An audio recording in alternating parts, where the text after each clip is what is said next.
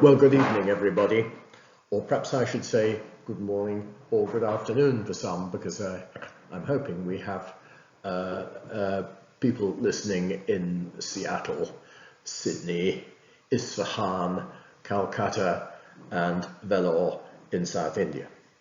Welcome, everybody. What I'm trying to do is to run through the history of lime from late Middle Ages through to or early modern period through to the 20th century, and my own career from the 60s to where we are now, and then looking to the future and seeing what the role of lime may be in all that's facing us through the challenge of climate change and so on. This is very much a talk from Scotland and from Edinburgh, and I hope you will excuse me for that. This is a general view of the old town of Edinburgh, taken from the new, and it shows the complexity of this great city of tall buildings. We're looking at buildings from the 16th, 17th, 18th and 19th centuries, not much from the 20th here. And of course, everything virtually is built of stone and lime. Lime was absolutely fundamental to the buildings and townscape of this great city. Now, what is it about traditional buildings which makes them so different to where we are now? Well, the principles are that traditional buildings, by and large, are soft.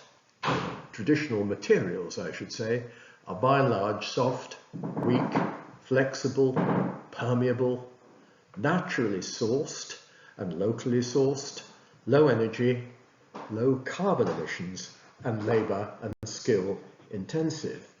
Now we'll come back to the contrast of that with modern materials shortly. Well, these are some of the earliest buildings of Old Edinburgh, of which we have actual photographs. Actually, both these buildings of mixed stone and timber, all built and finished with lime and plaster on the timber sections and so on.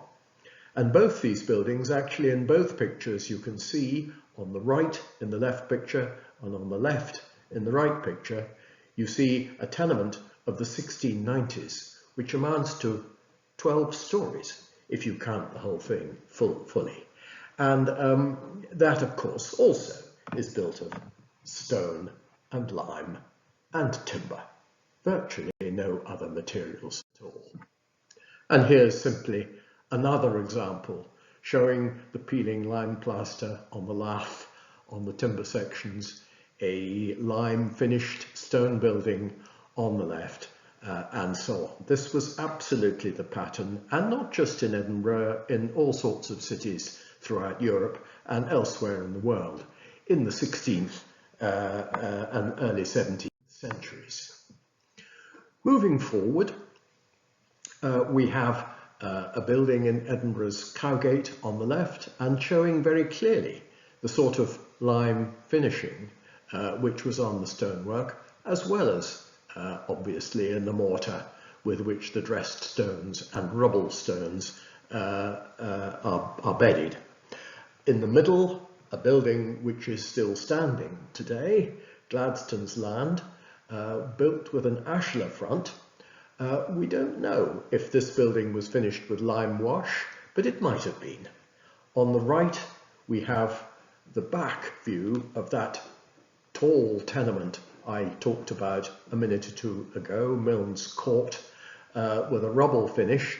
I was actually involved in working on this building in the early 1960s as a young student, when, to my great sadness now, all the timber floors were replaced with concrete, while it was made into a student hall of residence. Nonetheless, it's still a great building, just that we wouldn't have done it quite the same today as we did then. This is meant to show you the difference between, well, if you like, Renaissance civilization or whatever in Scotland on the left and in Italy on the right.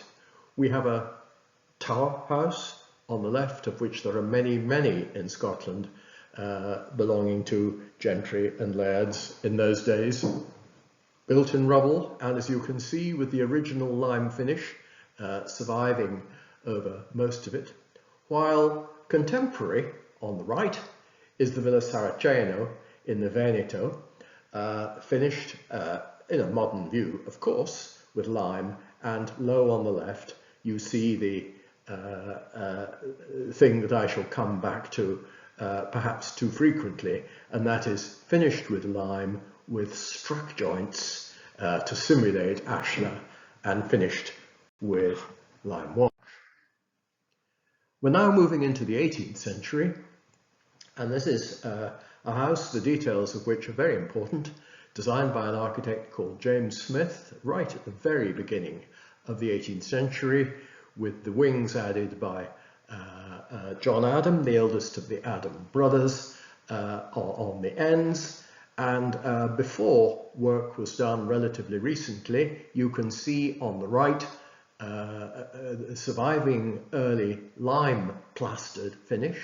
This is not a rough cast finish, it's a plastered finish, patched of course with cement. And if you turn over to the detail on the left, if you look at the lime area in the centre, you can just see vestiges of this lining out to simulate ashlar. And of course it's been vaguely, well, not vaguely, but rather unpleasantly copied in cement in some 20th century patching. And I'm just showing you different examples of the same thing. And what I'm trying to emphasize is that unless buildings were built with extremely expensive and fine ashlar frontages or whatever, buildings were almost always finished in lime as well as built in lime.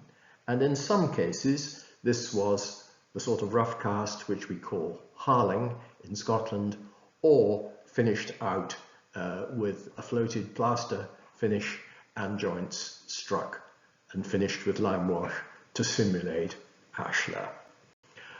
We'll come back to harling in a little while, but here are simply other examples of this sort of finish, which has been well ignored in recent years, but something we've come to learn about.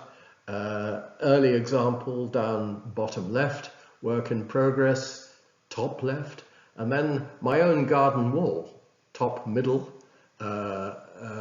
with new new Craigleith stone on the top left, and the joints finished as, this was about 10-15 years ago, as I thought they should be, and I think quite correctly at that time. The bottom centre is recent work by Richard Fraser in Edinburgh, and some more of his work top right, in which badly damaged ashlar stonework with what we call a droved finish with broached margins has been reworked in lime, and as I think you can see, a very effective and non-invasive form of restoration. And perhaps most interesting of all, at the bottom right, is a pointing tool. This is a piece of iron which was acquired by Tim Meek with the maker's name stamped on it, and I'm told that it has a point and a round bit, so the user of the tool could decide whether they were going to strike a sharp joint or a rounded, sometimes called bucket handle joint. Well, this is all important to an understanding of how lime was used, not just in building, but in finishing. And I think, as Tim Meek will tell you, through the results of his current research and thesis on this whole question of the finishing of walls, was that by and large, this finishing, whether it is rough cast harl or flattened, straightened joints like this, was carried out as a continuous process. So the hiling or the finishing wasn't carried out later, but it was carried out with the same mortar as the building went up. Now moving on to another very important building, Fleur's Castle in the Scottish borders, built for the Duke of Roxburgh, designed by William Adam as first built in the top left, and as modified by another great architect, William Playfair, on the bottom left. And looking at this closely, once again, seeing in the detail bottom right that the walls here were finished, were brought to a flat surface, not in any sense a recessed joint surface, to a flat surface covering all the surfaces of the stones, and with struck joints, perhaps using one of those tools, and the whole thing probably finished with lime wash, so that you get a wall built in rubble, which looks like a wall built in ashlar. In days gone by, the intention was always to make cheap materials look like expensive materials. This day and age, we tend to think that rough rubble is expensive, where of course it isn't. We're now moving forward from the old town of Edinburgh and the countryside to the new town of Edinburgh. This work carried out from the 1760s through to the 1830s and beyond, where by this time the superb stone with which Edinburgh was provided, locally sourced, within a mile or two of the town, everything finished with very high quality ashlar. But of course, once again, that is just the outer face, the walls 2 foot thick, 600 millimeters, mainly built in rubble with the ashlar on the outside, all built in lime mortar, and the joints in the ashlar formed with fine mortar, struck to a flush finish as the building went along. And on the left, we see a drawing drawn by one of my colleagues, Andy Davey, back in the 1970s for the Edinburgh Newtown Conservation Project, just illustrating in this analytical version of a typical Edinburgh town house, how absolutely everything is traditional in that it is all built with natural materials, worked by hand, stone facades, rubble back walls and chimneys, slated roofs, timber, everything natural. The contribution to climate change or carbon emissions, absolutely zero, but we'll come on to that. Just a couple more examples of terraced houses of that sort, and probably the finest terraced house in Edinburgh, designed by Robert Adam, the most famous of the Adam brothers, the central door being the entrance to the house of the First Minister of Scotland. This stone, which we're looking at, came from the Craigleith quarry, which I referred to in my own garden wall and in the fine houses of the new town. And you can see from this picture how close it is to the city. There's the castle in the background, and here is the stone being worked. Alas, it's now filled in and underneath a supermarket, although we understand there's still plenty of stone, good stone there. And then, of course, the stone was all built in lime mortar. The interior were finished with plasterwork on timber laths or directly onto the stone, and the lime was locally sourced. In this case, very probably from Charlestown on the other side of the Firth of Forth from Edinburgh, and of course carrying the lime across in ships, small boats, as indicated here, was again highly economical of carbon and energy and so on.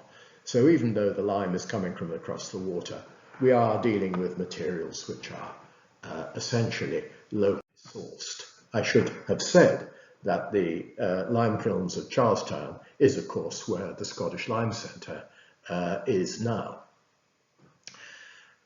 And I've spoken perhaps more about floated plastered walls on the outside with struck joints, but of course what we call harling, which is a dashed finish without any attempt to be smooth or polished, was absolutely common, particularly in rural buildings, and this again through the research work of Tim Meek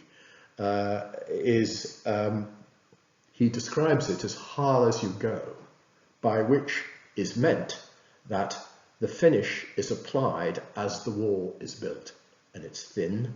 It's not a completely separate applied finish like cement rough cast or anything like that. The wall is finished as one builds. And of course, if one goes to the country areas, as on the left, we come into clay. And those of us who are interested in lime are very much also interested in clay, because this is another material with characteristics which are very important. And on the left, we have a very simple crack-framed house. I can't put a date on it, but it might be 17th century in a country area. And on the right, we have a very typical croft house, probably somewhere in the northwest of Scotland, built in rubble, almost certainly with a thatched roof in the past, common to replace thatch with corrugated iron, and finished in limewash. Almost all the houses in this part of the world were, and although not with the right material, finished white. So entirely stone, limewash and thatch as first built.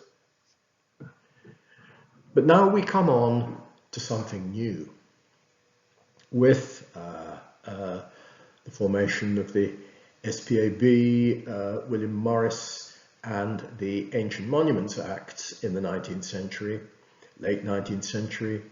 It became normal to believe that buildings were built in stone and intended to look like stone.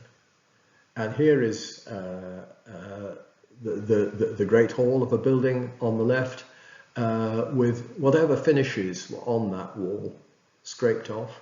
And I shouldn't be blaming the SPAB for this, of course, since they didn't believe in things being scraped off. But on the bottom right and on the top, the famous McRae Castle, all looking like stone, which of course in the earlier days they did not.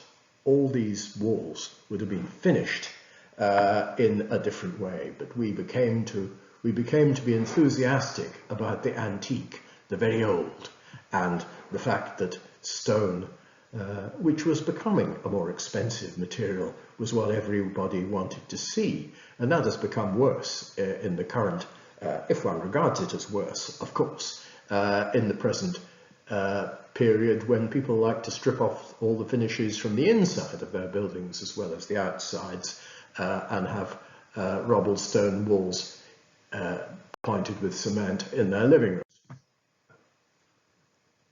Very important to lime in Scotland was this limeworks in the Glasgow area at Arden, which produced, if you can just read that a little bit, Arden lime, widely known as the best hydraulic lime produced in Scotland. And as they say in the advertisement, it's slower in setting than Portland cement, stands rather less sand, but for most purposes is equally substantial. You can see that the people marketing Arden lime were conscious that they were working in the age of cement, and they were, as it were, attempting to show how much better they were than cement, but they weren't really on message on the basis of what we understand now. However, Arden lime continued to be used, and the University Concert Hall in Edinburgh, the McEwen Hall, I understand from Rosatis, was built in Arden lime in the latter part of the 19th century.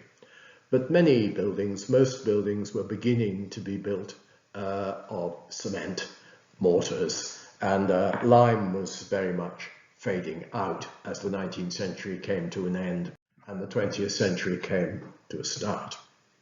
Now, this is where I jump forward from what I said about traditional construction. You may remember materials being soft, weak, and so on. Modern construction and traditional building are utterly and entirely different. And the main reasons for this are that modern materials, and if you think of steel, concrete, and so on, are hard, strong, processed, impermeable. They depend on membranes to stop water moving from one point to another. They have a high carbon footprint. They're often transported long distances, manufactured one place and erected in another. They were, of course, labour economical, and one should also say skill economical in the traditional, in the sense of the traditional trades, and energy extravagant. This list of characteristics, you will see, is entirely different from that of traditional materials.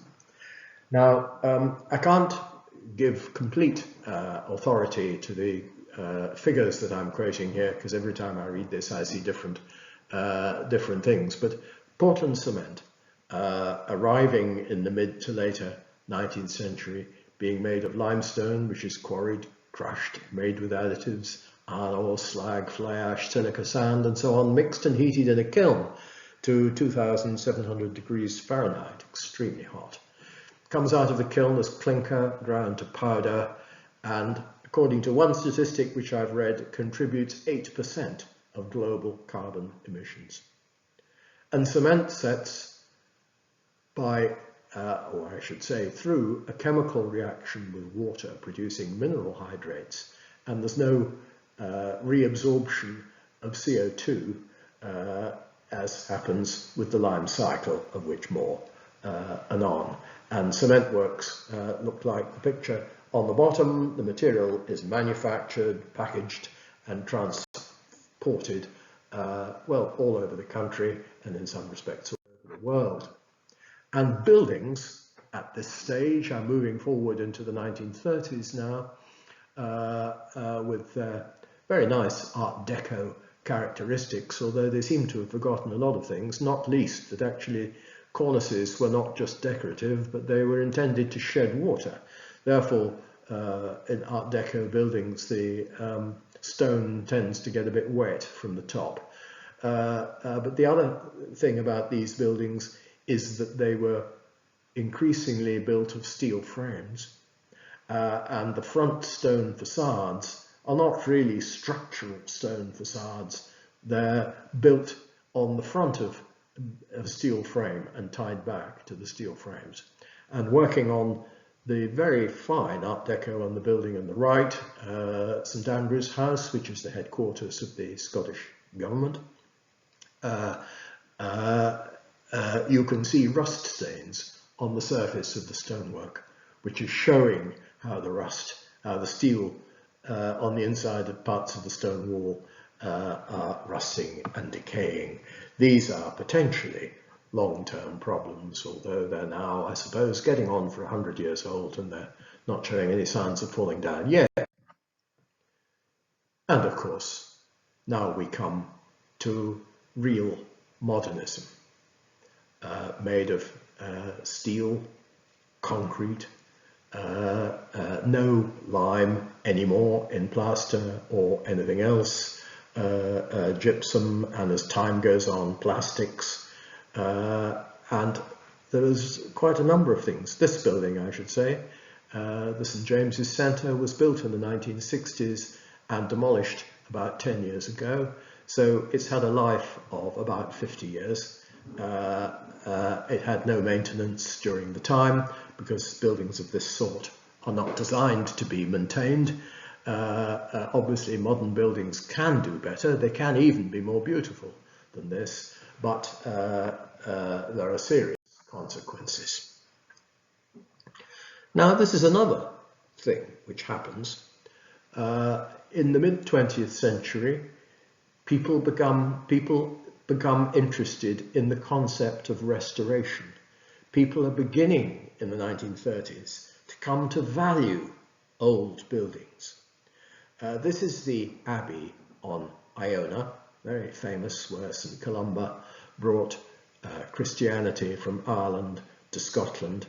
And the Abbey was ruinous. The Abbey church was restored in the late 19th, early 20th century, but the conventual buildings were only restored, well, starting in the 1930s and finished in the 1960s. And the man in the top left, Ian Lindsay, was my first boss in the 1960s.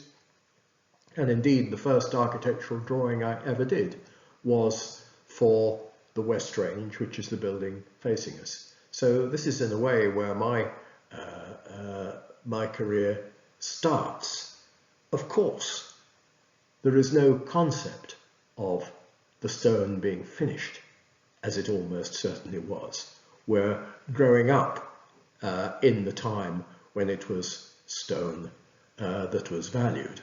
Although I believe, from memory, and I can't ascertain this, that the West Range and the conventional buildings were built of Arden lime.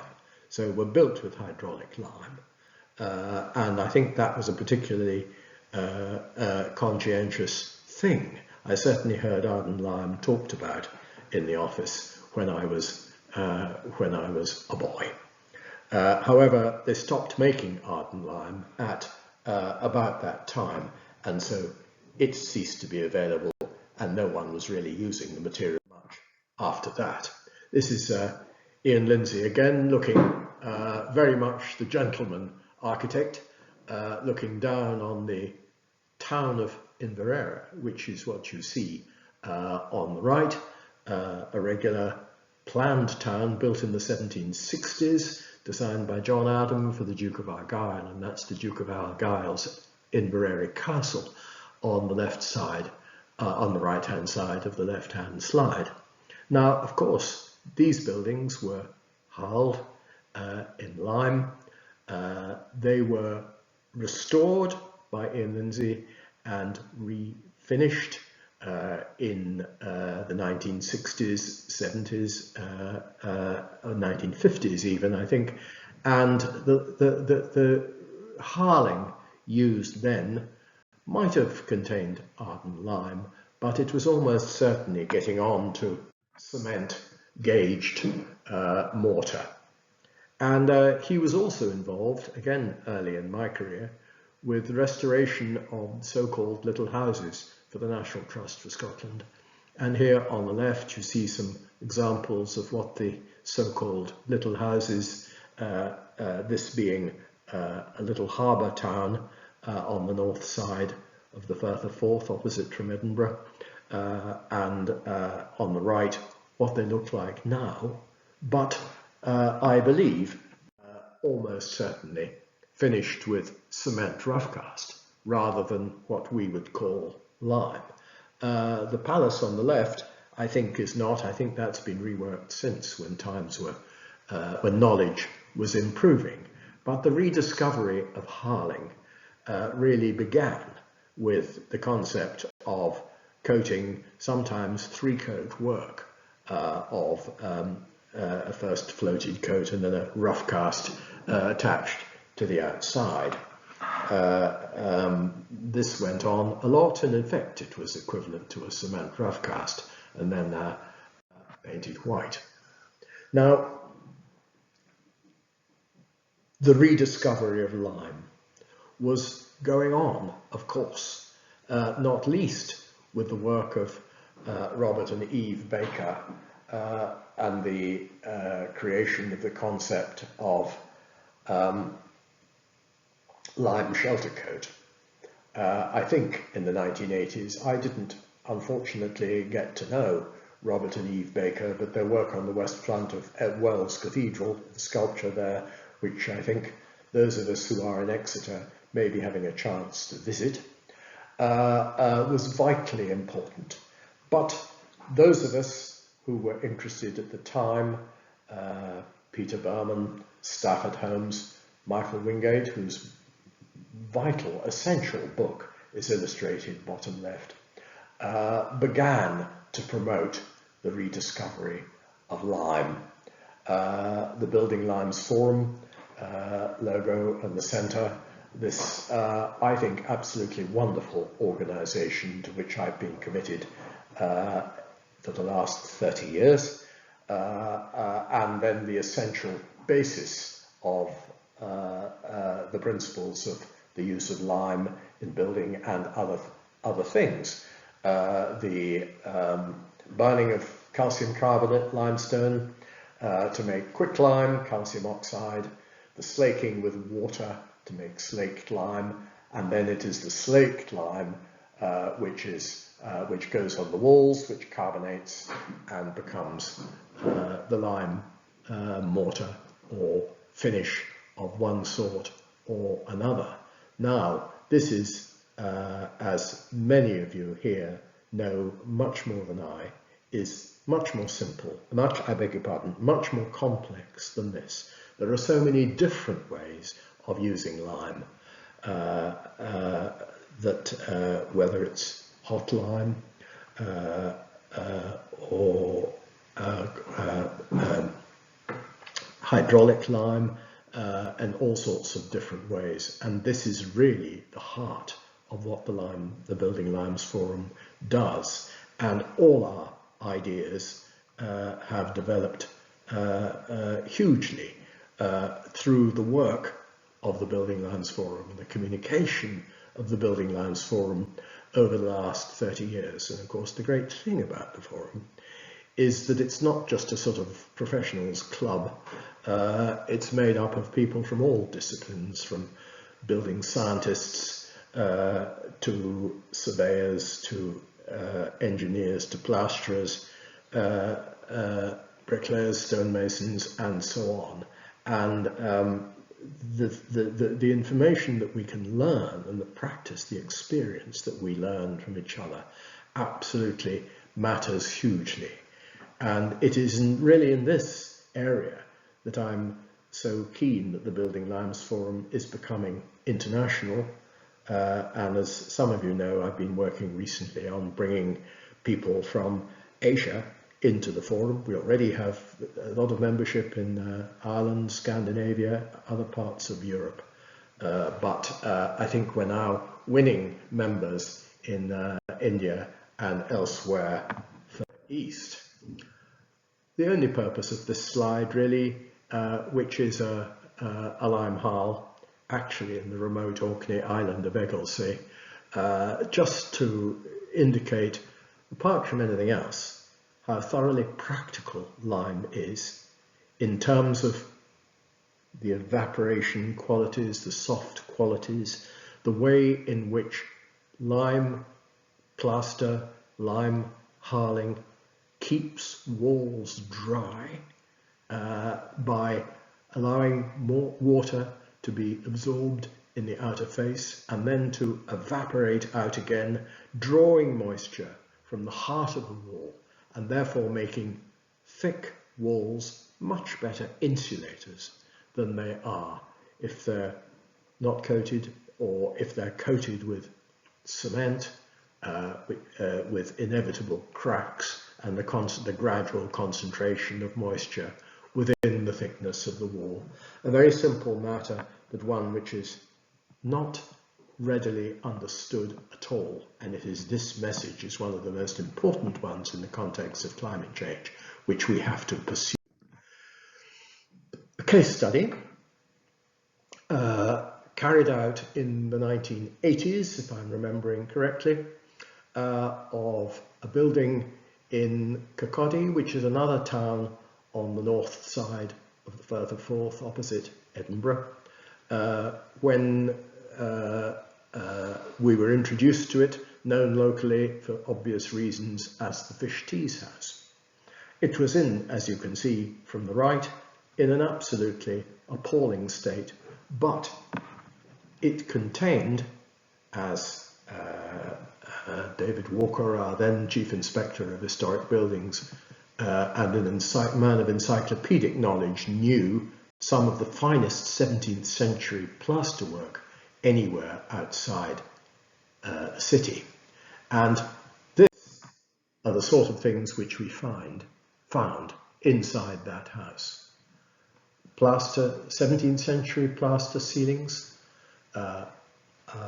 painted timber, joist and floorboard ceilings, a wall painting on plaster of a ship, suggested by the Danish Museum in Copenhagen as possibly a ship with Scandinavian characteristics, because the owner of the house was known to trade across the North Sea, a merchant and ship owner. And the most remarkable thing of all was this fragment of a naval chart, which turned up in a scrumpled piece of paper under the floorboards, which is a naval chart of the Gulf of Finland, right up at the north of the Baltic, close to St. Petersburg, and so on. It's a remarkable historical document related to this house, which the sort of thing one couldn't have imagined when one looked at that house from the start. Now, the reason I'm showing this house is not because of historical interest, but because this was a real research, development.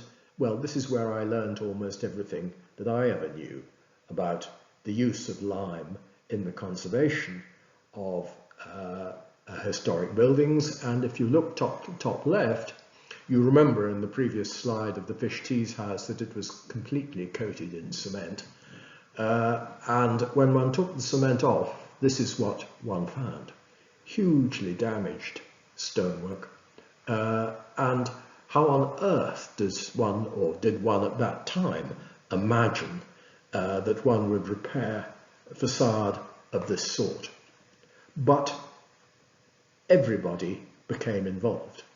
And if you see the pictures here, Rory Young, top centre, is showing how one could use bits of broken brick and lime mortar to bring up surfaces to produce a lime finish.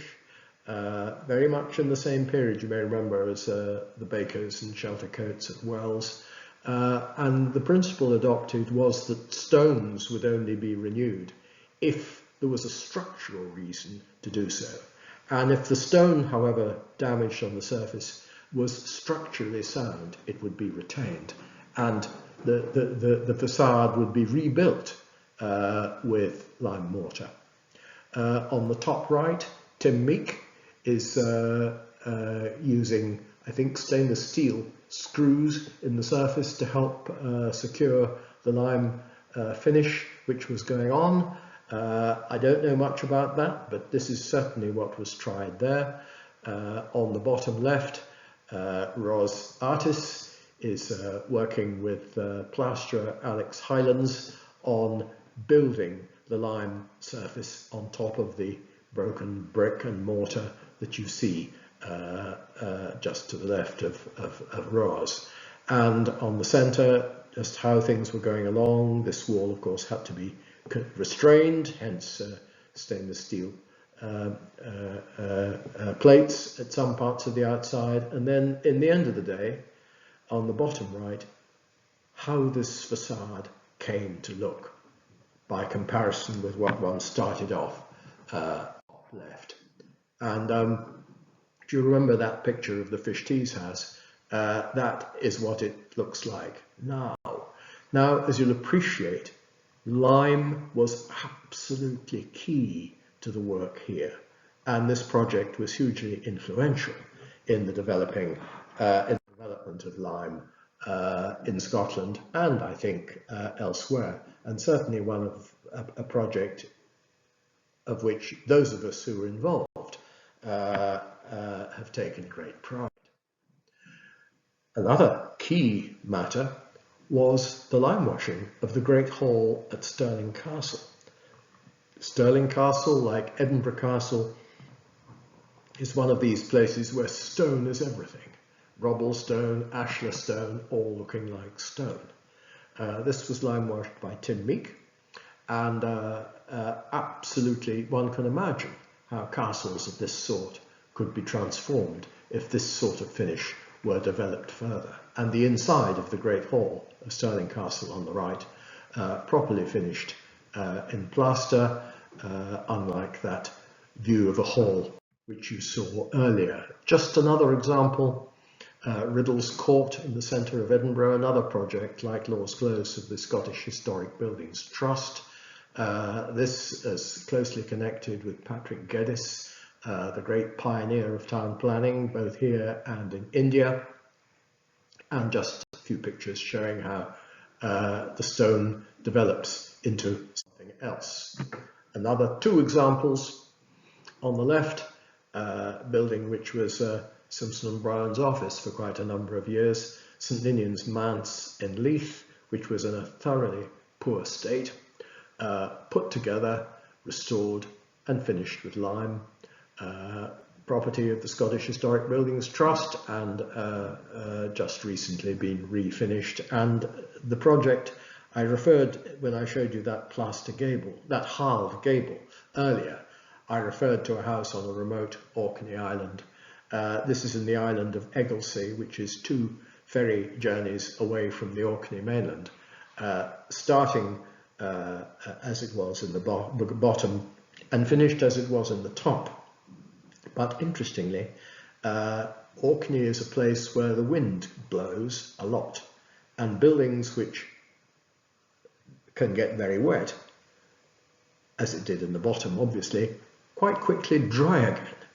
And it is amazing how many interior finishes survived and could be restored in this lovely house, which was restored for a family who wished to live near the sea. And they ended up completely surrounded by sea on a small island with a population of only about 12. This is another key project, the castle of Lindisfarne, associated with the arrival of Christianity to England, just as Iona was associated with the arrival of Christianity to Scotland, and much restored, well, reworked almost by, my memory is playing me up, Lutyens, yes, Sir Edwin Lutyens, the architect of New Delhi, of course, at the beginning of the 20th century. And what we're looking at is this arts and crafts reworking.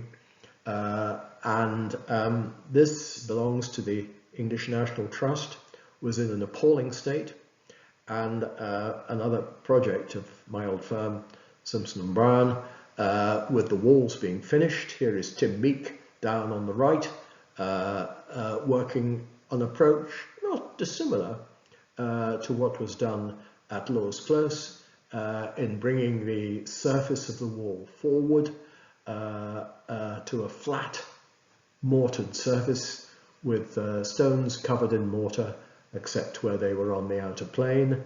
And I think of it in terms of laying a straight edge along the wall from coin to coin and bringing the wall forward to that point. And it's interesting how, if one looks at walls carefully, one virtually never sees a rubble stone come forward of that plane.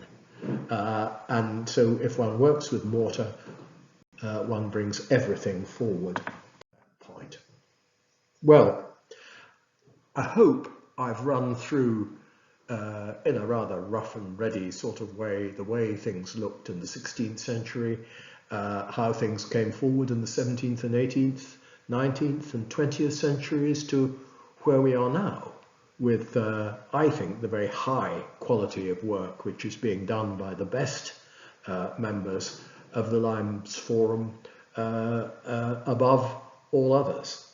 And I'm extremely grateful to lots of people, and I would put into that category, well, all the people that I've mentioned, from Stafford to Rory Young to Tim, and of course many others in Lyme Forum whom I know less well, and currently in Edinburgh, Richard Fraser, with whose firm Lyme Rich that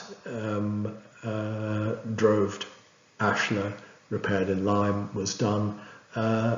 Just superb work on the conservation of historic buildings being done now.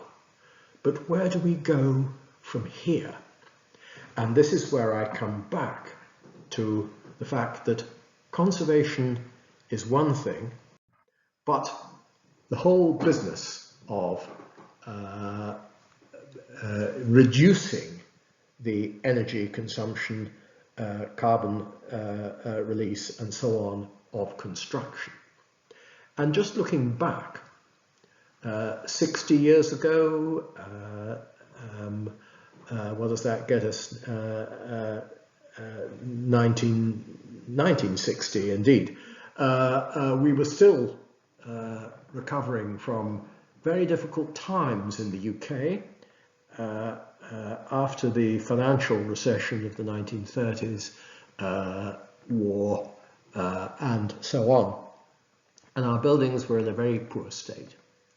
We saw a lot of clearing of old buildings, removing populations in poor conditions to new houses on the edge of the city. We came to believe in the importance of the motor car. We built urban motorways, and buildings generally were decaying in very poor condition. We lacked resources, and we didn't realize at that time the importance of maintenance and repair. And so they just thought that buildings decayed, and things like wet and dry rot were just thought of being curses which hit one, and didn't realize that they were purely the consequence of failure of carrying through traditional repair. And most importantly of all, the whole idea of traditional building was replaced by modern construction, which is what we have to look at now. And certainly I believe, if one talks about the whither of this talk, there are some more statistics here that climate change, more than heritage, will be the main driver of conservation in the future, and Lyme will have a hugely important part to play in this. Now again, I can't be completely certain about the statistics that I'm quoting, but it said that in some places that the built environment is responsible for 40% of all carbon emissions. The use of buildings, the heating and so on, may account for 25%. Post-industrial construction may account for 15%. And the repeating a mantra really, traditional building is good, modern construction is bad in energy and carbon terms. It said that the manufacture of cement is responsible for 8% of global carbon emissions, and that the manufacture of steel is responsible for 6.5%. And we are beginning to learn, and I'll come to this more in a minute, that knocking buildings down and building new ones is a thoroughly bad idea. That we should be moving towards a presumption in favour of retaining all existing buildings, old ones, new ones, good ones and bad ones, and that repurposing will always be better than demolition and the construction of new. More than that, where change and demolition does happen, materials should be recycled. And that's an interesting matter. Lime, as opposed to cement, makes it possible to reuse bricks and stones. where if you start knocking down a brick wall built in cement mortar and reinforced concrete, all you get is useless rubbish. So new construction should be limited to what's essential, and just as is happening in agriculture, a re-examination of traditional ways of doing things, of manufacturing things, and of building things is leading, I think, to a whole new train of thought. Well, this is what happened in the post-war period: urban motorways, modern offices, tower blocks, and so on. And it is this now which we took for granted, I think, 20 years ago, 10 years ago perhaps, is now, we now hope that there won't be a need for motorways in another generation, and that things will be changing.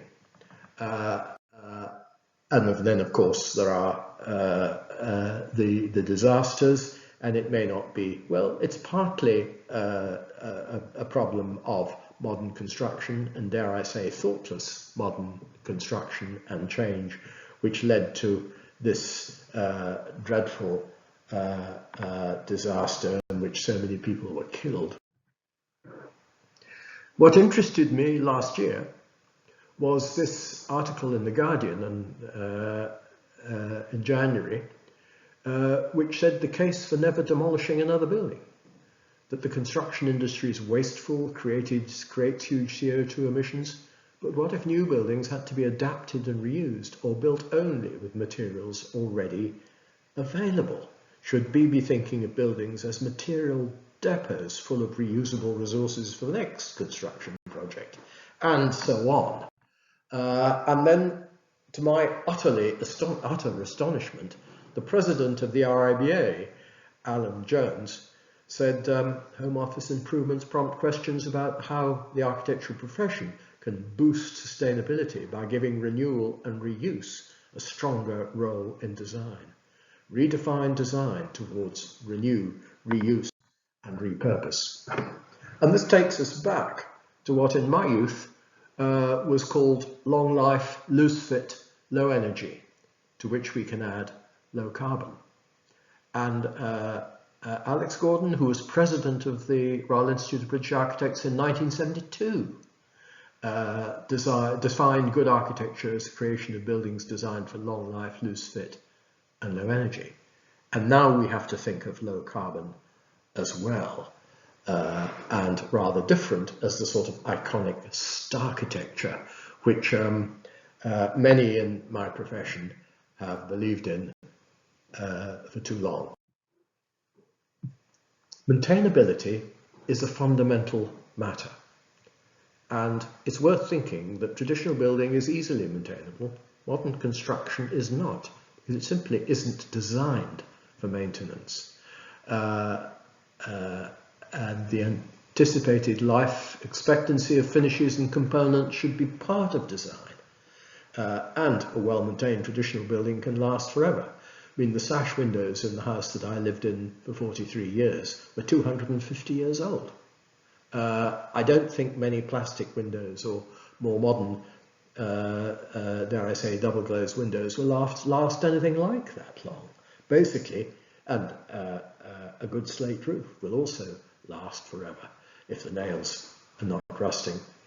Maintenance should be planned and should always be anticipated and budgeted for. And repurposing, a sort of new word, is simply the alteration of a building to fit it for a purpose other than that for which it was built. So a church into a workshop, an office building which is no longer needed because of the changes towards home working should be converted into city centre flats, apartments, and this may happen many times in the life of buildings if they last a very long time. But we should always be careful that the changes we make are themselves recyclable and capable of being changed. In some instances, it may even be possible to make rather ugly buildings slightly prettier, but that's rather another matter. Domestic recycling is now commonplace. We put out our food waste, our glass, our packaging, and so on. But recycling building materials and components is terribly rare. I walk past skips full of actually quite good bricks from they're taken from old, good in our part of the world, Portobello red bricks, just dumped in the skip, whereas they're terrifically usable. That's the point. Traditional materials are easily recyclable. Most modern materials are not, and construction must plan for recyclability. Yes, the building on the left being demolished will leave nothing really that's capable of being used. Yes, possibly the steel, but it probably wouldn't be. The building on the right is simply, I'm not saying it's wonderful, but it's a building which demonstrates that the Scandinavians are slightly ahead of us in this. And I'm told that these bricks have been used for a facade following the dismantling of the Carlsberg brewery. And that's, you know, a good effort. Another case study illustrating recyclability of a traditional building.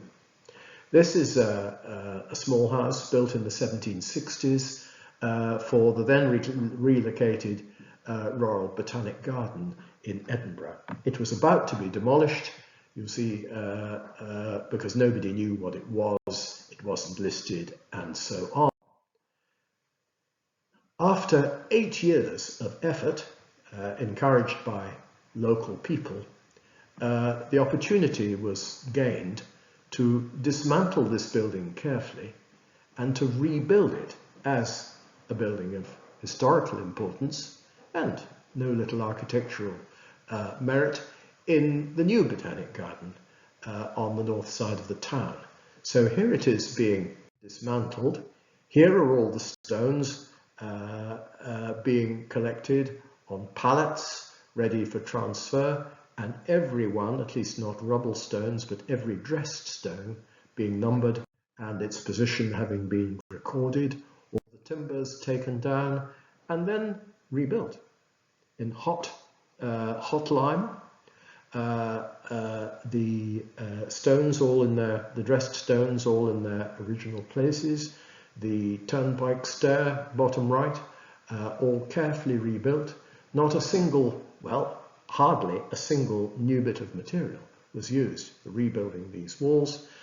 Because it had been originally built in lime mortar, it came apart easily, and the rebuilding in lime mortar would even possibly enable it to be taken down and rebuilt in another place in the future. So here it is going up, architect's drawing on the bottom, and here it is when it was finished. And if you remember what in its dilapidated condition it looked like in its old position, you can appreciate that it's much appreciated now. And all this was done without new materials, all done by hand and with great skill. I'm jumping now very briefly to a country in which I've long been interested, India and the city of Calcutta. Now I went to India because of this man, Bernard Fielden, and you can see Sir Bernard's love of India, I think, by the way he was dressing in his old age, where he was really almost looking like an Indian. I worked for him on Norwich Cathedral, bottom left, and I was encouraged to go to India by him to look at the Victoria Memorial in Calcutta, one of the greatest, which one should say, colonial buildings in India. And I found Calcutta a city like this, full of wonderful buildings, generally in an appalling state. And those people from Calcutta who may be listening to this will understand completely what I'm saying. But all these buildings are eminently repairable. The ironwork on the left, made in Glasgow, incidentally, return cargoes for jute, which was going in the other direction. These buildings are desperately in need of lime plastering, but the opportunities and the skills are hardly there. yet there is work to be done. However, there's one particularly important thing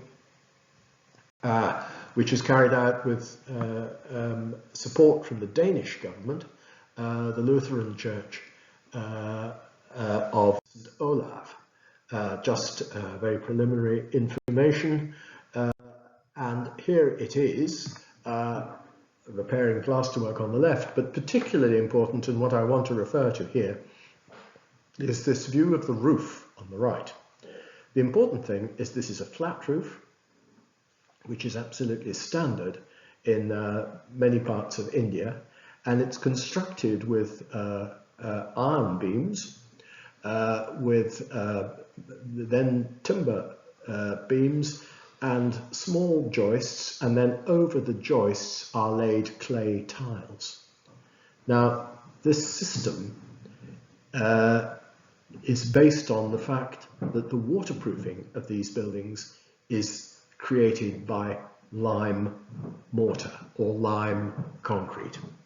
And here in this next slide, you see these ladies from Murshidabad, north of Calcutta, where there is a concentration of tradespeople who are laying lime concrete on top of these clay tiles.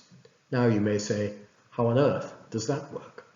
Well, we need to know more, and Professor Selvaraj in Vellore, I hope, is going to help us with this, but I see no reason why lime concrete using organic additives, which is used in India, shouldn't be used in this country for the creation of waterproof flat roofs. It's all very carefully laid, and here is the Bureau of Indian Standards document, which lays out in detail precisely how reinforced lime concrete roofs should be laid. And I hope this is something we can develop, and this is yet another area where the lime business can go. In this, I can see lime concrete roofs being put onto many modern buildings, being recycled, repurposed, and so on. We need to investigate this. And then I'm going briefly to Iran and the use of clay. As I've said, another material in which we're interested, in the desert city of Mabud. Bottom left is Isa Esfanjari, who wrote a thesis on Mabud in the University of Edinburgh, and I went with him to visit some years ago. Top left is the city of Mabud, which is, apart from a number of mosques, an entirely single-story city, and top right, its character really took me right back to the Old Testament, with farmers riding by on their donkeys. But the main thing here was the rebuilding of the vault and a dome on a mosque. And the man in charge was the other man on the left. And I was told that he was supposed to be 75, but Isa believed he was more like 85. And he knew everything about doing this work. The making of the clay tiles in small wooden boxes on the right, the stacking of the tiles and lifting them up with blocks and tackles and forming the vaults. If they can do this sort of thing in clay in Asia, why should we not do this sort of thing with clay and lime here in this country? Once again, it's the sort of traditional material which is soft, weak, flexible, but infinitely usable and extremely long-lasting, providing it's used correctly. And I'm now going to Nepal, where my colleague Sharon did this work on rebuilding for the village of Kauli, working entirely with the local people, the collapse of buildings in an earthquake. And again, this is clay, the rebuilding, but was introduced to this by Sharon was bamboo structural reinforcement, which wasn't proposed to add strength, but was giving the sort of resistance which would help to resist collapse in a further earthquake. And then carrying the whole thing forward and coating the exteriors with clay on timber lath. Another example of traditional materials. And coming back now to Scotland, this is a project which my colleague Jenny Humphreys and Simpson and Brown did about 20 years ago for a lady who was then, long before anyone else, passionate about the idea of using traditional materials for all the reasons that that we take for granted or are beginning to take for granted today.